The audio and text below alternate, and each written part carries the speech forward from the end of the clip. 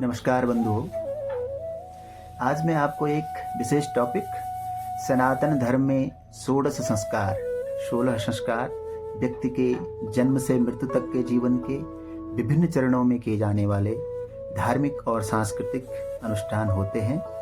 ये संस्कार व्यक्ति को धार्मिक, नैतिक और सामाजिक रूप से शुद्ध और सशक्त बनाने के लिए किए जाते हैं। तो संस्कारों की सूची में सर्वप्रथम आता है गर्भाधान संस्कार। संतान प्राप्ति की इच्छा से किया जाने वाला संस्कार है। नंबर दूसरा पुंसवन संस्कार, गर्भ के तीसरे महीने में शिशु के शारीरिक और मानसिक विकास के लिए किया जाता है। नंबर तीसरा है सीमांतोन्नयन संस्कार, गर्भवती स्त्री के लिए मानसिक और शारीरिक स्वास्थ्य के 6 या 8वें महीने में किया जाता है। जातकर्म संस्कार, जन्म के तुरंत बाद नवजात शिशु के दीर्घायु और स्वस्थ के लिए किया जाता है। नंबर 5वां है नामकरण संस्कार। ये भी महत्वपूर्ण संस्कार है। जन्म के 10वें दिन या कुछ समय बाद बच्चे का नाम रखने के लिए किया जाता है।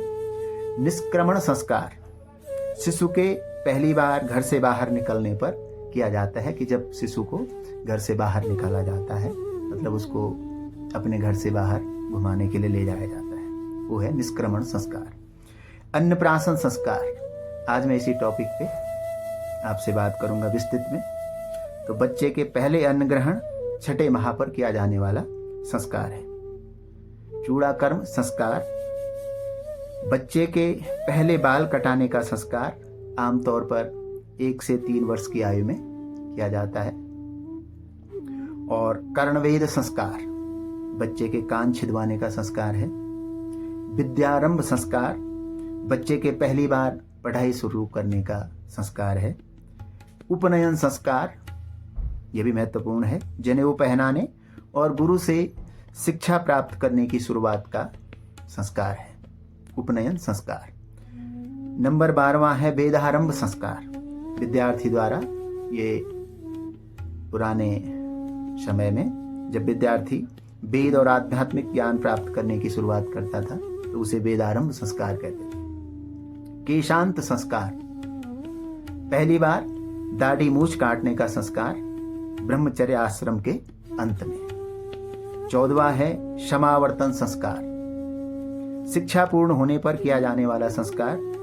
गुरु से आज्ञा लेकर गृहस्थ जीवन में जब प्राणी प्रवेश करता था तो समावर्तन संस्कार। 15वां है विवाह संस्कार, ये तो सबको मालूम ही है, महत्वपूर्ण संस्कार है, गृहस्थ जीवन में प्रवेश करने का संस्कार। अंत्येष्टि संस्कार और मृत्यु के बाद किया जाने वाला संस्कार, ये अंतिम संस्कार है, अंत्येष्टि संस्कार। तो यह सभी संस्कार व्यक्ति के शारीरिक, मानसिक, सामाजिक और आध्यात्मिक विकास के लिए बनाए गए हैं और हिंदू धर्म में इनका विशेष महत्व है। अब मैं आज का जो मुख्य हमारा विषय है अन्नप्राशन संस्कार, उस पर बात करूंगा। तो अन्नप्राशन संस्कार कैसे किया जाता है, इसके बारे में आपको विस्तृत जानकारी, उसका वैज्ञानिक पहलू, सांस्कृतिक पहलू, सबके बारे में हम चर्चा करेंगे। तो ये लीजिए अन्नप्राशन संस्कार। वीडियो को अंत तक देखें, अपने वैदिक जो हमारी मान्यताएं थी उनके बारे में जानें। और अगर आपको ये वीडियो पसंद आए तो चैनल को सब्सक्राइब भी करें, वीडियो को लाइक और शेयर भी करें ताकि और लोगों को भी इसकी जानकारी प्राप्त हो सके। यही उद्देश्य है इस वीडियो को बनाने का। और पूरा देखें अंत तक। जो हम सनातनी लोग हैं, सनातन धर्म की क्या व्यवस्थाएं थी, तो उसके बारे में, उसका वैज्ञानिक पहलू और सांस्कृतिक पहलू दोनों के बारे में बात करूंगा। और ये क्योंकि हमारे एक बच्चे का अन्नप्राशन संस्कार था तो मन में आया कि आपको भी इस जानकारी से रूबरू कराएं। और कई जगहों से मैंने ये जानकारी जुटा करके आपके सामने प्रस्तुत कर रहा हूँ। धन्यवाद। आगे वीडियो पूरा देखें। नमस्कार। ओम अन्नं ब्रह्मा रसं विष्णुः भोजना महेश्वरः एवं ज्ञात्वा तुयो भुक्तेन तेन यान्ति परम पदम। अन्न ब्रह्म स्वरूप है, रस विष्णु है और भोजन करने वाला स्वयं महादेव है। जो इस भाव से भोजन करता है वह परम पद को प्राप्त करता है। ओम पृथिव्यै त्वां ददामि, अंतरिक्षाय त्वां ददामि, दिव्यै त्वां ददामि। हे अन्न मैं तुझे इस पृथ्वी के लिए अर्पित करता हूँ, आकाश के लिए अर्पित करता हूँ और स्वर्ग के लिए अर्पित करता हूँ। तो ये कुछ मंत्र हैं जो अन्नप्राशन संस्कार के लिए बहुत जरूरी है, क्योंकि अन्न ही देवता और अन्न ही ईश्वर माना गया है। तो अन्नप्राशन संस्कार हिंदू धर्म के 16 संस्कारों में से एक महत्वपूर्ण संस्कार है। यह संस्कार नवजात शिशु के जीवन में उस क्षण को चिन्हित करता है जब वह पहली बार ठोस आहार ग्रहण करता है।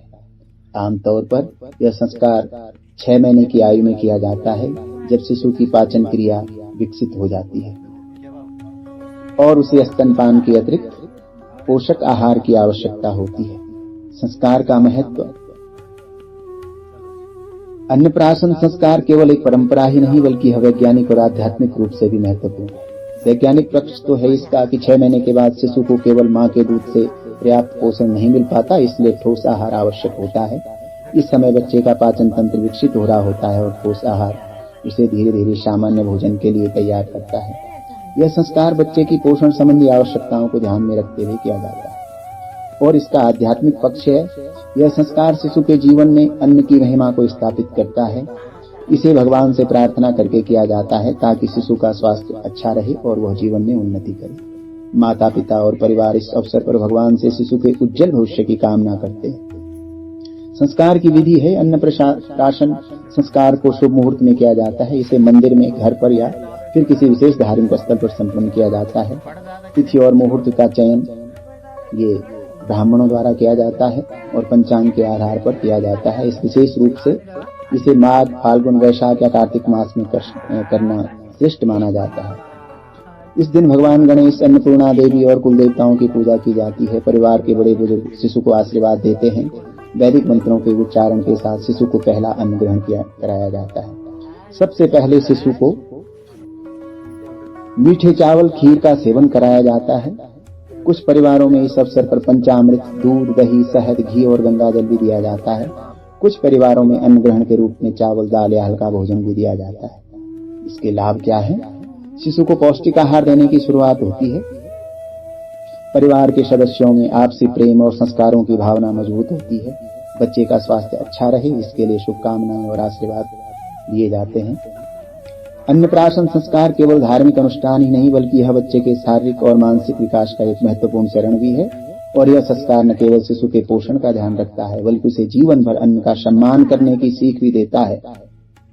भारतीय संस्कृति में यह परंपरा हमें यह सिखाती है कि भोजन केवल शरीर के लिए नहीं बल्कि आत्मा के पोषण का भी माध्यम है। अन्न ग्रहण का मंत्र है ओम सहनाववतु सहनौ भुनक्तु सह वीर्यं करवावहे तेजस्विनामधीमस्तु वां विदिशावहे ओम शांति शांति शांति।